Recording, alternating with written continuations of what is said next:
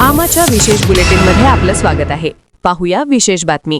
देवाच्या आस्थेला कलंक लावण्याचा प्रयत्न, राज्यातील कायदा सुव्यवस्था पूर्णपणे ढासळली अशा शब्दांत विधानसभेतील विरोधी पक्षनेते विजय वडेट्टीवार यांनी राज्य सरकारवर जोरदार टीका केली. पाऊस तसाही 7% येईल अशी शक्यता वर्तवली होती, पण गेल्या 8 दिवसापासून पाऊस नसल्यामुळे सोयाबीन आणि धानाची रोपं पूर्णतः करपली आहे.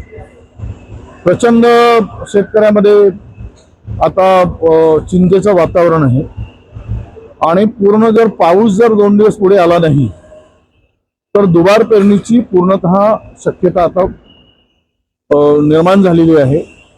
या सगळ्या परिस्थितीमध्ये दुबार पेरणीसाठी आवश्यक त्या गोष्टीची पूर्तता करणं, बियाणे, खते आणि या सगळ्या ही सरकारची जबाबदारी आहे.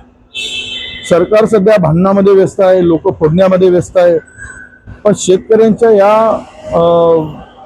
संकटावर मात करण्यासाठी आता युद्ध पातळीवर काम करण्याची गरज आहे असं मला वाटतं.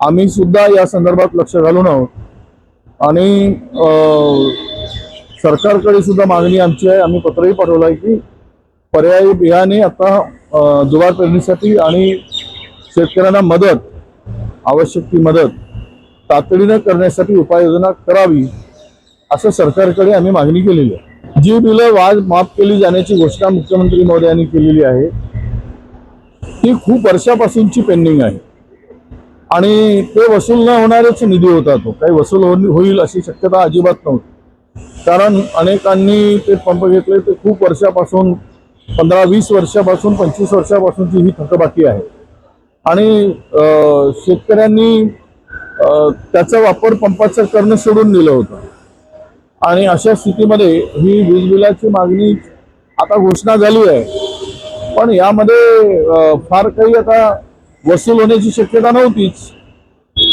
ते सगळे पैसे जे काही थकबाकी होती ती तशी शक्य नव्हतं की वसूल होणं शक्य नव्हतं, पण आता घोषणा झाली आहे. चांगला निर्णय झाला आहे. आम्ही लवकरात लवकर निर्णय घेऊन ती थकबाकी माफ केल्याचा GR काढावा.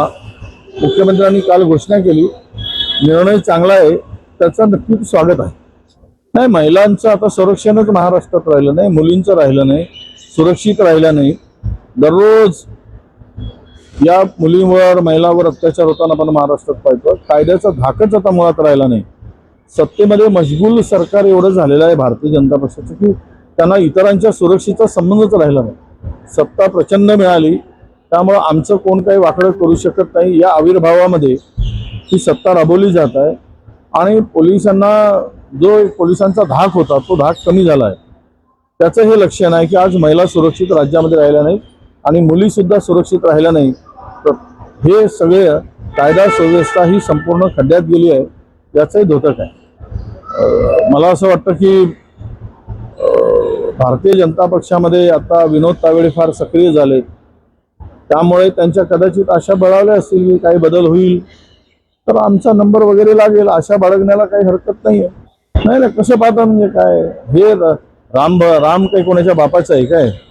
उलट राम तर मुँह में राम बगल में छुरी, भगवानचं नाव घेऊन हे लोक आस्थेला कलंक फासत आहेत.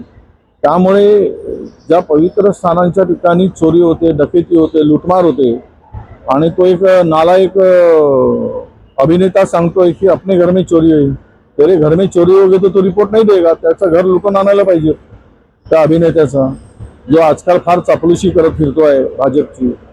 तर हे संपूर्ण देशामध्ये ज्या ज्या ठिकाणी आता काल आम्ही ऐकलं की नर्मदा उगम मंदिर आहे तिथे पण चोरी झाली, बद्रीनाथला चोरी झाली. हे मंदिर लुटणारे लुटारू जे आहेत देवाच्या नावाने, यांना देवाची धाक राहिला नाही. कारण ज्या नावाने, देवाच्या नावाने राजकारण करणाऱ्यालाच देवाची भीती राहिली नाही, त्यामुळे पुजाऱ्यांना धाक कसा राहील, लुटणाऱ्यांना धाक कसा राहील? हा आस्थेशी खिलवाड आहे, आस्थेशी खेळणं आहे. आणि हे मला वाटतं की भारतीय जनता पक्षाच्या लेखी देव हा दुसऱ्यांना भीती दाखवून मतं घेण्यासाठी आहे, त्यांना देवाची भीती वाटत नाही असं त्याचा अर्थ आहे. आमा चॅनलला लाईक करा, बातमीला शेअर करा, सबस्क्राईब फॉलो करायला विसरू नका.